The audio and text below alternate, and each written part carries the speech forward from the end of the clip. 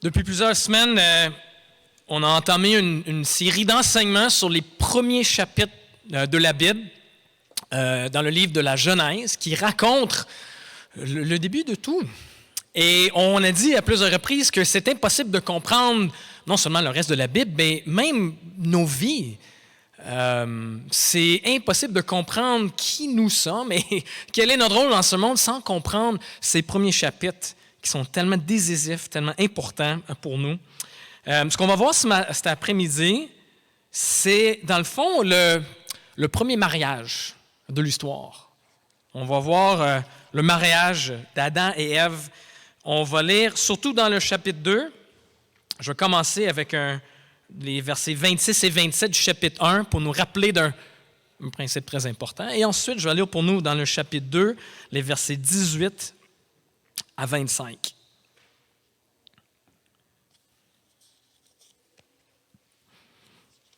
Donc, Genèse 1, les versets 26 et 27, rapidement. Et là, ensuite, Genèse 2, 15 à 25.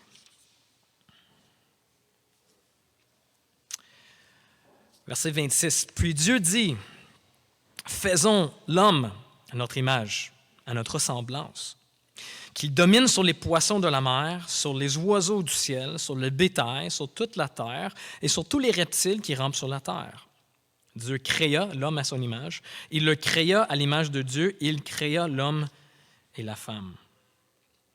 Il a ensuite 2, 18 à 25. L'Éternel Dieu dit, « Il n'est pas bon que l'homme soit seul. Je lui ferai une aide qui soit son vis-à-vis. » L'Éternel Dieu façonna à partir de la terre tous les animaux sauvages et tous les oiseaux du ciel, puis il les fit venir vers l'homme pour voir comment il les appellerait. Il voulait que tout être vivant porte le nom que l'homme lui donnerait. L'homme donna des noms à tout le bétail, aux oiseaux du ciel et à tous les animaux sauvages, mais pour lui-même, il ne trouva pas d'aide qui soit son vis-à-vis. Alors l'Éternel Dieu fit tomber un profond sommeil sur l'homme qui s'endormit. Il prit une de ses côtes et referma la chair à sa place. L'Éternel Dieu forma une femme à partir de la côte qu'il avait prise à l'homme, et il l'amena vers l'homme. L'homme dit, « Voici cette fois celle qui est faite des mêmes os et de la même chair que moi. On l'appellera femme parce qu'elle a été tirée de l'homme. C'est pourquoi l'homme quittera son père et sa mère et s'attachera à sa femme, et ils ne feront qu'un. L'homme et sa femme étaient tous les deux nus et ils n'en avaient pas honte. » La parole de Dieu. C'est vrai que c'est ça le premier mariage dans un sens, mais ce qui est important à réaliser, c'est que ce n'est pas juste un passage qui a de quoi à dire aux gens mariés ou aux gens qui vont se marier. Non, pas du tout. En fait, vous savez peut-être que le christianisme, c'est la seule religion, pendant toutes les religions, les grandes religions du monde, c'est la seule qui a été fondée par un homme célibataire. Alors si on pense que ça, c'est juste quelque chose qui s'applique aux gens mariés, on est dans une erreur assez grave. Non, ça s'applique à tout le monde parce que dans le fond, le mariage, à la base, c'est une communauté. Et ce qu'on va voir dans ce texte, c'est qu'on a été créé pour la communauté. Je vais peut-être demander votre indulgence en partant juste parce qu'on va aborder des gros sujets ensemble cet après-midi. Ça risque d'être peut-être un peu plus dense que d'habitude. On va parler des rôles des hommes et des femmes, on va parler du racisme, on va parler de l'homosexualité. Ça va être dense. Alors, je vous demande peut-être votre patience si c'est différent que d'habitude. Mais comme j'ai dit, c'est des versets et un extrait d'une importance ultime pour nous, surtout par rapport à la communauté. Donc, 3 choses qu'on va voir ensemble en étudiant ce texte. On va voir 3 choses. On a été créés pour une communauté. On a été créés pour une communauté diversifiée. Et on a été créé pour une communauté imparfaite. Donc, créé pour une communauté diversifiée et aussi une communauté imparfaite. Prions ensemble. Père, tu sais à quel point je ne me sens pas digne, je me sens un outil très faible pour pouvoir apporter ce message, enseigner ce message, mais une chance, c'est pas moi, c'est toi qu'on veut entendre. C'est la voix de notre Créateur, notre Père éternel qui nous aime. Et c'est toi qu'on veut entendre. Alors, je te demande de parler à travers moi, parler à chacun de nos cœurs. Merci pour ta parole qui est perspicace. On peut la comprendre.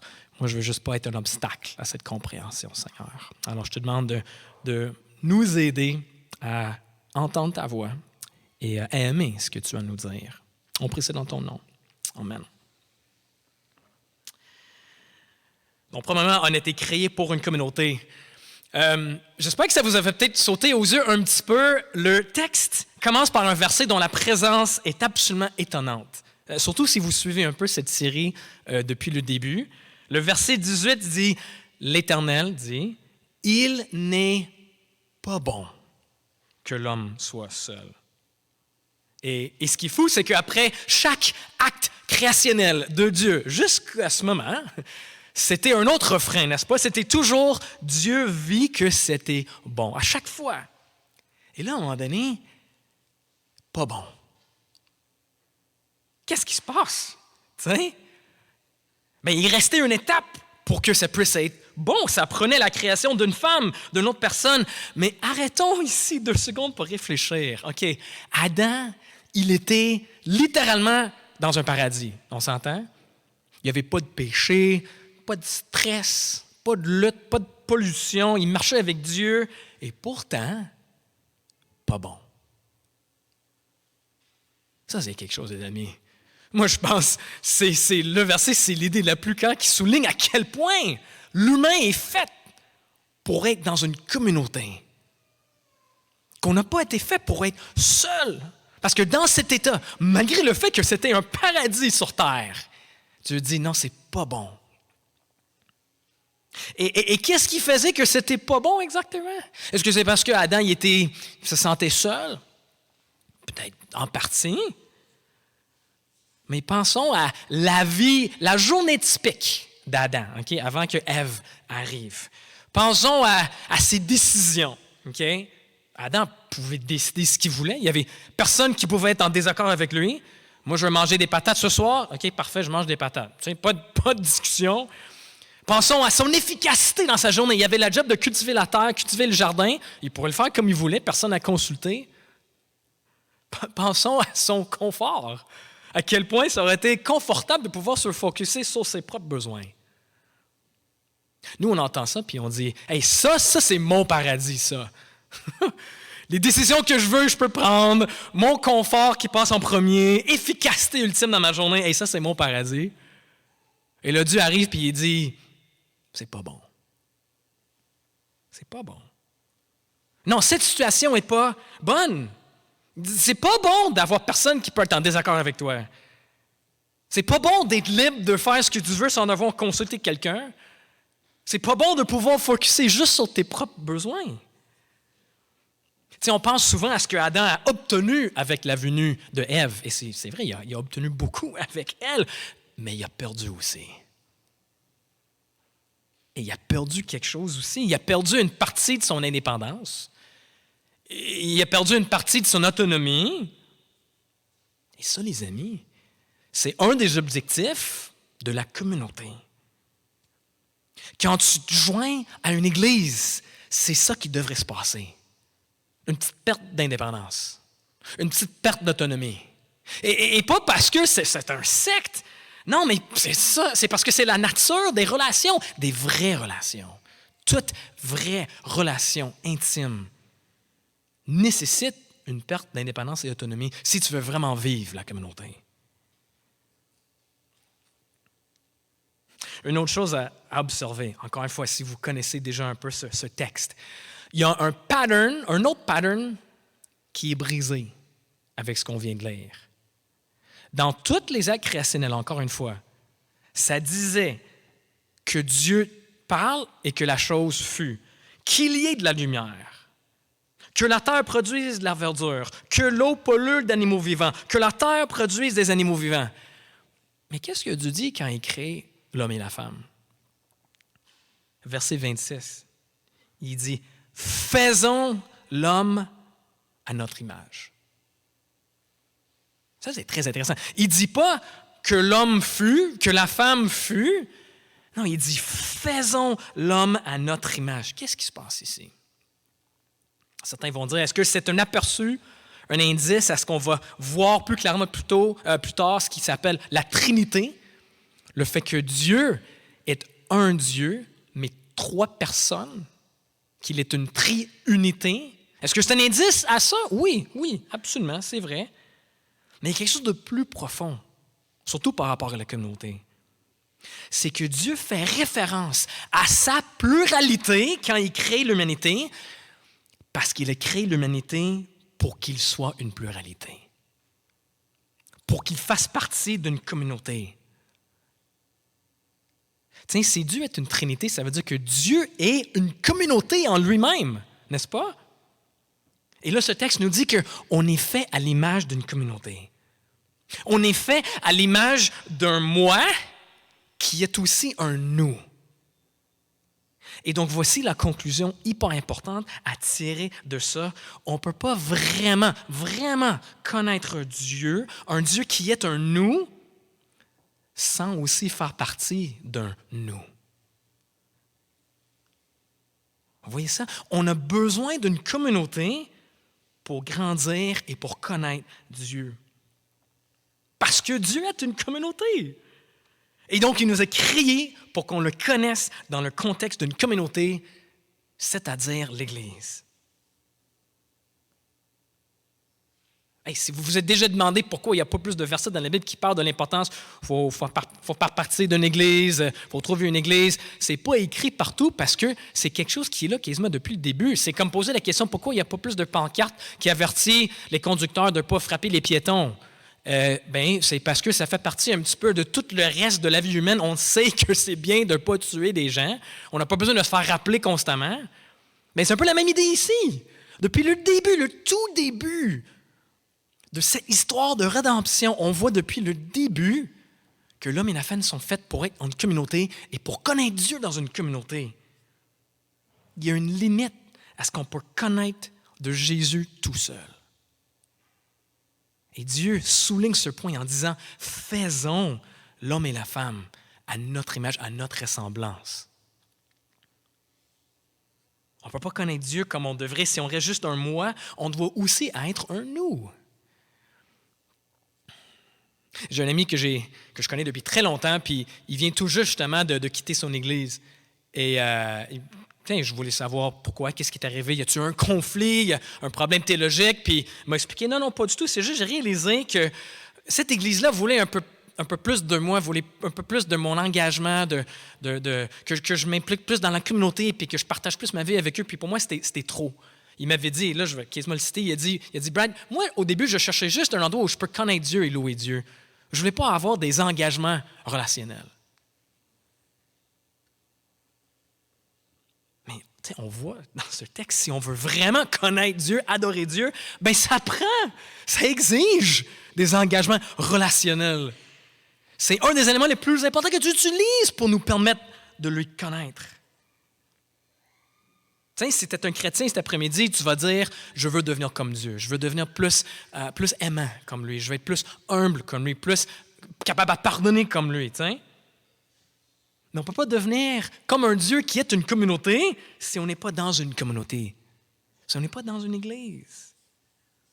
Puis une des raisons, c'est parce que je pense que c'est uniquement dans le contexte d'une communauté qu'on réalise à quel point on n'est pas des bonnes personnes parfois, Ça prend le reflet, ça prend l'effet miroir des autres.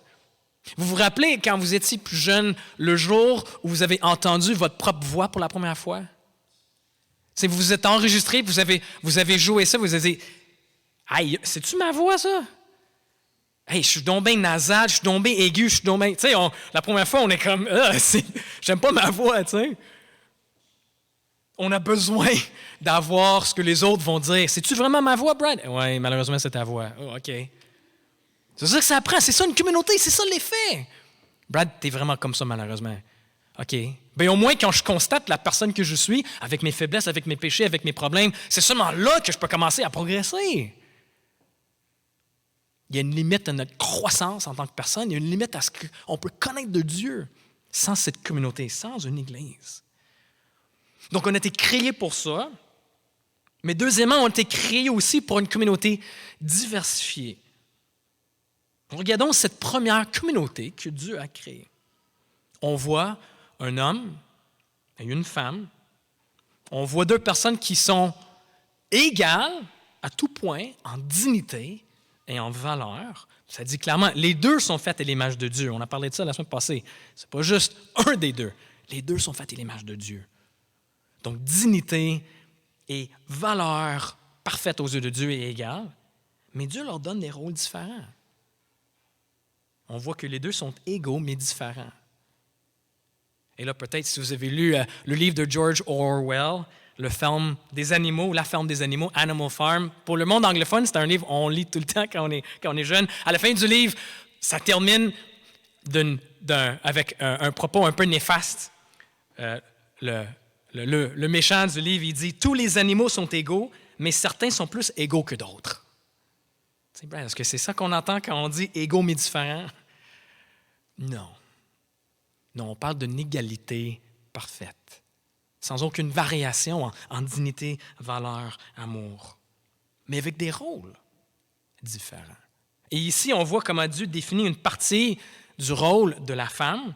Dans le verset 18, « Je lui ferai une aide qui soit son vis-à-vis. » Et ça, il faut qu'on regarde ça en plus de détails parce que je pense que c'est un terme, c'est une idée qui est souvent mal comprise. Le terme « aide » n'indique pas que celui qui donne l'aide est plus faible ou plus forte que celui qui reçoit l'aide. En fait, le mot « aide » en hébreu, vous savez peut-être, c'est le mot « etzer ». Et le mot « etzer », c'est quelqu'un qui fournit une force à une autre personne pour compléter ce qui manque chez l'autre personne. Ça, c'est une etzer, c'est une force. En fait, le mot etzer en hébreu est souvent utilisé dans la Bible pour parler d'un renfort militaire. Donc, voici l'image. Tu es dans une armée, OK, et là, tu es dépassé. Il y a une autre armée à côté de toi qui est bien plus grande que la tienne, sont 5 fois plus grande, tu es surpassé, et là, tu es sur le point d'être détruit. Et là, qu'est-ce qui vient? Etzer. Une etzer apparaît. Yes, on est sauvé à cause de la force de etzer. C'est pour ça que souvent dans la Bible, le mot etzer est même utilisé pour Dieu lui-même. Dieu parle puis il dit « Hey Israël, vous vous rappelez, vous étiez sur le point de destruction, mais moi, etzer, je suis venu vous secourir. » Etzer, aide. C'est un mot militaire, c'est un mot noble, c'est un mot fort, un mot divin, et c'est un mot que Dieu applique à Ève. Et voici ton rôle. Tu vas être etzer. Donc, ce que la femme amène dans la vie de l'homme, c'est de la force. Une force complémentaire dont il a besoin de toute urgence. Ça, c'est l'idée de etzer. C'est pas une adjointe, c'est pas un assistant. Non, c'est une force qui lui manque. Alors, qu'est-ce qu'on voit dans ce mariage? Bien, on voit l'unité dans la diversité. Dans deux personnes qui sont égales mais différentes. C'est ça que le mariage est censé être. Et c'est pourquoi Dieu dit que le mariage est censé être entre un homme et une femme. Et en fait, ça, c'est très important parce que j'imagine si tu es un chrétien ici cet après-midi, est-ce que vous savez pourquoi Dieu avait dit que l'homosexualité ne ferait pas partie de son plan? Il faut savoir. Parce que sinon, quand nos amis nous demandent « Mais écoute, c'est tellement ridicule, c'est tellement terrible que la Bible dit ça, pourquoi Dieu dit ça? » Si la seule chose qu'on est capable de dire, c'est « Parce que Dieu l'a dit », on risque de donner l'impression que Dieu est un Dieu aléatoire. Et ce n'est pas le cas. Et si tu es ici cet après-midi et tu n'es pas un chrétien ou tu es en réflexion, tu poses des questions, j'imagine toi aussi tu veux savoir pourquoi. Tu sais, ces deux personnes s'aiment. C'est quoi le problème? Puis honnêtement, si c'était ça le but du mariage, je serais absolument d'accord. Si le but du mariage, c'est l'amour, ça ne fait aucun sens de le dire que c'est juste pour un homme et une femme. Oui, le mariage est fait pour l'amour en partie. C'est pour ça qu'Adam, il termine, c'est un genre de poème, c'est une chanson qu'il fait. Quand il parle de les os et de la chair, il dit « Wow! » Il chante une chanson d'amour à sa femme. Alors non, l'amour est là absolument. Mais ce passage est en train de nous dire que le mariage et la sexualité communiquent quelque chose de beaucoup plus grand que juste l'amour. La première chose qu'on voit, c'est que le mariage est une expression de ce que ça veut dire de porter l'image de Dieu. Un des buts du mariage, c'est de porter l'image de Dieu ensemble. Parce que ni l'homme tout seul, ni la femme tout seul, dans un mariage, peuvent porter l'image de Dieu. C'est quelque chose de relationnel. Les deux ont besoin de le faire ensemble. C'est ça que le verset 27 nous dit. Quand Dieu a créé l'humanité à son image, il l'a fait homme et femme. Ça prend les deux. Mais la deuxième raison pour laquelle l'homosexualité ne fait pas partie du plan de Dieu, c'est parce que dans le chapitre qui vient après, Genèse 3, vous savez peut-être un peu l'histoire, Satan vient tenter Adam et Ève de choisir de se détourner de Dieu et il accepte.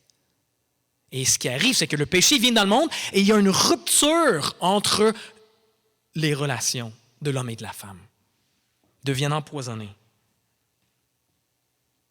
Et là, quand on tourne plus tard dans la Bible, on voit que l'apôtre Paul nous montre la gravité du problème et la solution au problème. Dans une de ses lettres, Éphésiens chapitre 5, il donne un autre angle sur ce qu'on vient de lire. Il cite le verset puis il dit « C'est pourquoi l'homme quittera son père et sa mère, s'attachera à sa femme et les deux ne feront qu'un. » Et là, il dit « Ce mystère est grand et je dis cela par rapport à Christ et à l'Église. » Paul dit que quand Dieu a créé le mariage, il le faisait pour nous donner un signe qui pointe vers l'amour de Jésus pour nous.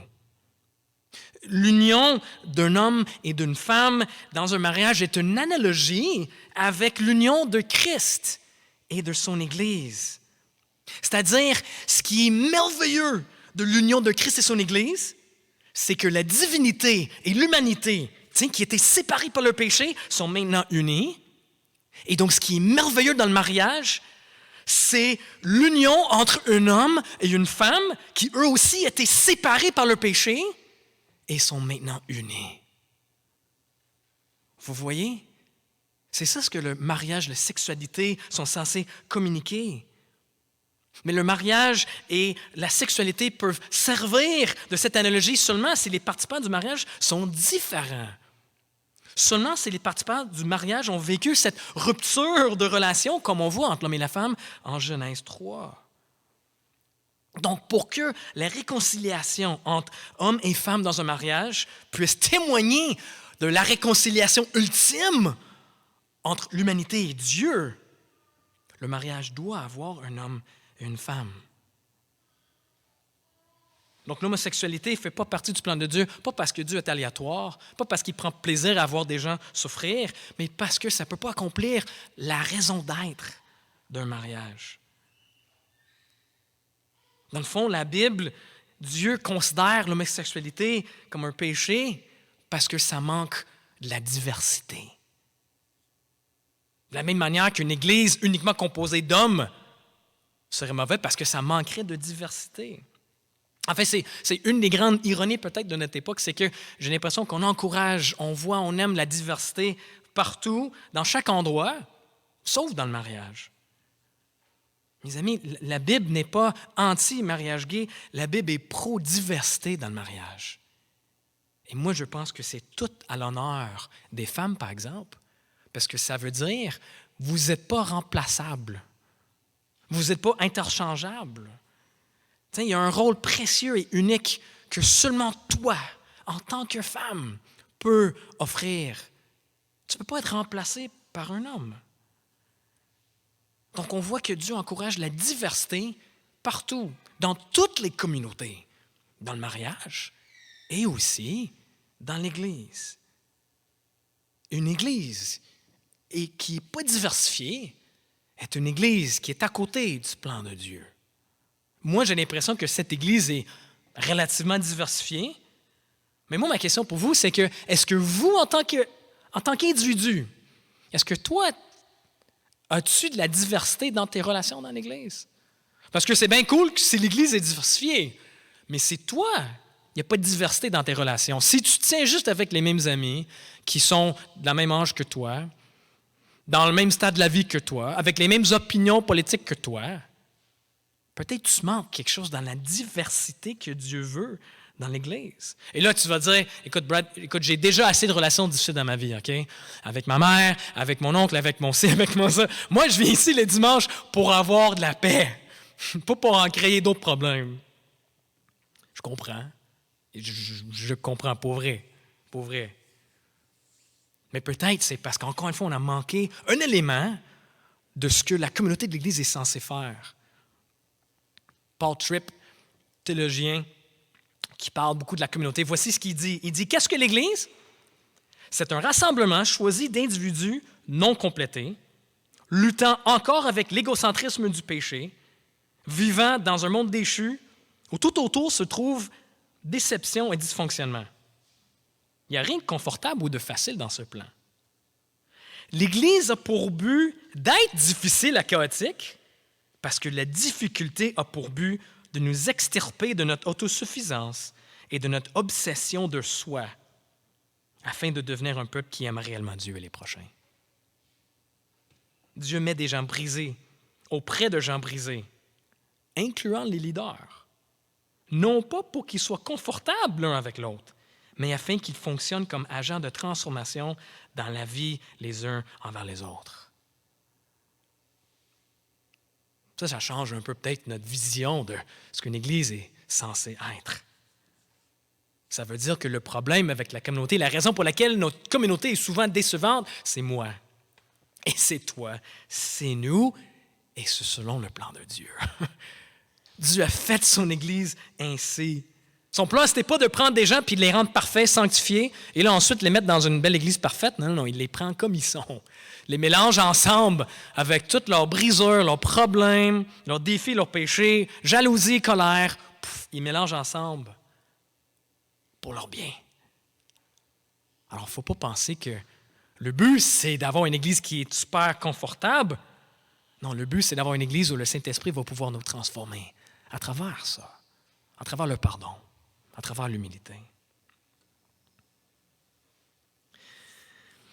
Dernièrement, on a été créé pour une communauté imparfaite, comme je viens de dire. Si tu te demandais jamais pourquoi l'Église est si imparfaite, ben, voici la réponse. Mais théologiquement parlant, il y a une autre réponse à cette question. Pourquoi l'Église est si imparfaite? En fait, pourquoi le monde est si imparfait? L'Église est tellement imparfaite parce que Adam et Ève sont des personnages historiques. Je vous avais dit il y a quelques semaines qu'il y a plusieurs interprétations, plusieurs façons d'interpréter les premiers chapitres de la Genèse et que les chrétiens acceptent de vivre avec la diversité d'opinions qui existe. Mais une chose qu'il ne faut pas mettre de côté, peu importe son interprétation, c'est le fait qu'Adam et Ève ne sont pas des légendes, ne sont pas des mythes. Ce qu'on vient de lire, c'est quelque chose qui est vraiment arrivé avec des vrais personnages historiques. Et voici pourquoi, mes amis, c'est tellement important. Premièrement, parce que Jésus, dans le Nouveau Testament, il parle comme si c'est des vraies personnes. Fait qu'à moins qu'on pense que Jésus s'est trompé, ça, c'est une bonne raison. Mais l'autre raison, c'est que c'est difficile d'expliquer notre monde brisé sans tomber dans le racisme. Si Adam et Ève, c'est juste des légendes, il y a un grave danger de tomber dans le racisme pour expliquer pourquoi notre monde est brisé. J'explique. Vous savez que la Bible enseigne que Adam a été notre représentant dans le jardin d'Éden. Fait que quand lui a péché, les conséquences de ce qu'il a fait nous ont tous affectés. On hérite d'Adam la corruption du péché qui nous fait esclaves du péché. Et donc, ce que ça veut dire, c'est que chaque être humain, on est tous également pécheurs. On est tous également condamnés. On n'est pas tous également coupables. Celui qui tue, celui qui vole, Dieu va leur demander à donner des comptes. Mais on est tous également pécheurs. On a tous également cette condition pécheresse qui fait qu'on est porté à pécher. En fait, j'aime tellement comment, je ne sais pas si vous connaissez Rosaria Butterfield. une de mes théologiennes préférées. Elle dit « Le concept du péché est l'idée la plus démocratisante de toute l'histoire. » Vous comprenez ce qu'elle veut dire?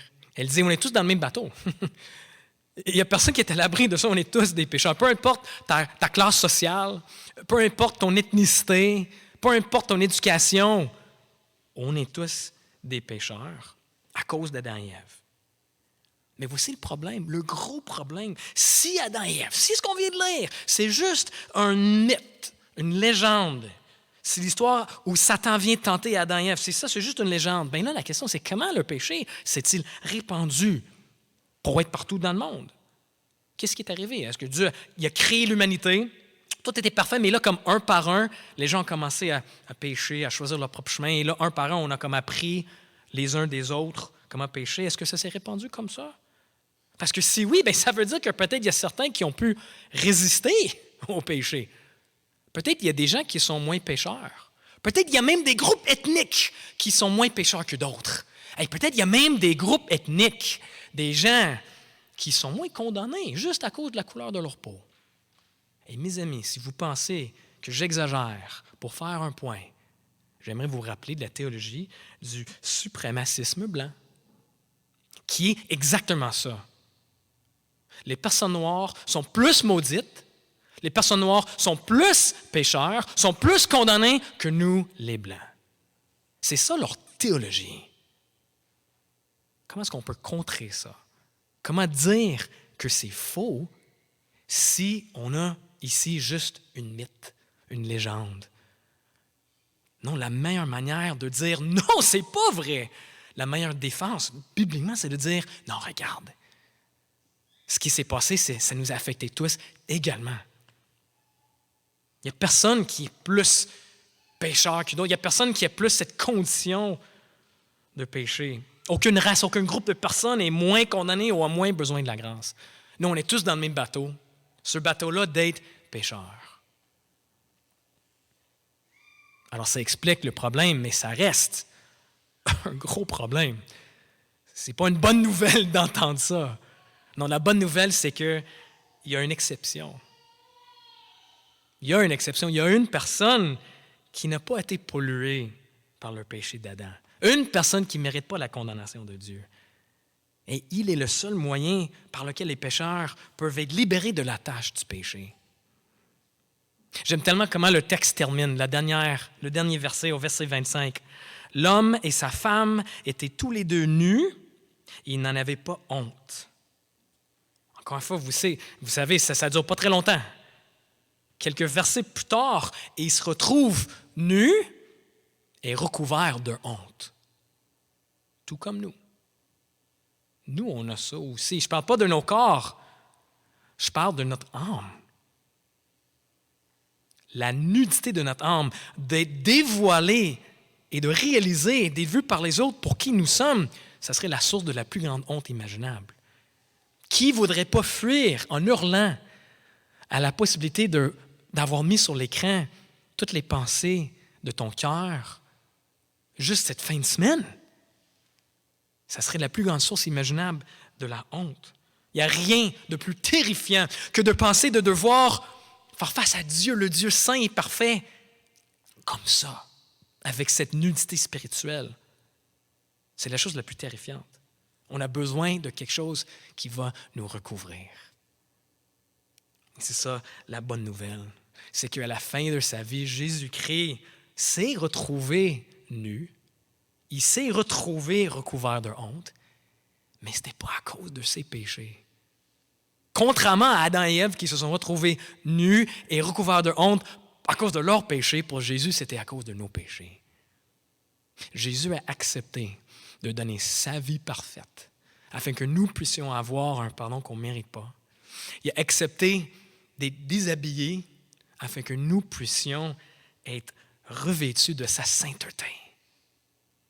On a besoin de quelque chose pour nous couvrir et c'est ça que Jésus nous offre.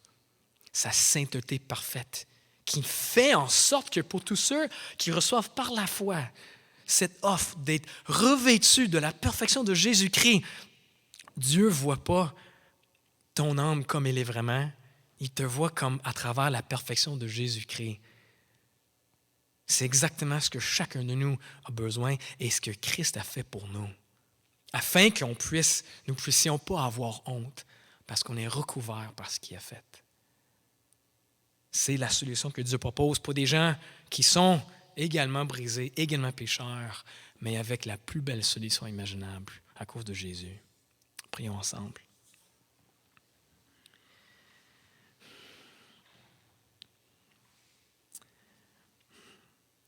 Père, c'est important de réfléchir, de regarder ça, mais ce ne sont tellement pas juste des concepts théologiques, c'est nos plus gros problèmes. D'imaginer qu'on doit faire face à toi, et si c'est par nos propres forces, si c'est avec notre propre nudité spirituelle, dans un sens, on va être condamné. Mais merci Jésus que tu as fait tout ce qui était nécessaire afin qu'on puisse être recouvert de ta sainteté, afin qu'on puisse être pas juste pardonné, mais accorder une place autour de la table de Dieu, recevoir le statut de fils et de fille. On prie pour cette communauté, l'Église du Plateau, que tu nous fortifies, que tu nous fais plus humbles, plus prompts à pardonner et plus diversifiés les uns avec les autres, afin de mieux te connaître. On a besoin les uns les autres de te connaître. Alors révèle-toi à nous à travers chacun de nous. On prie ça dans ton nom précieux. Amen.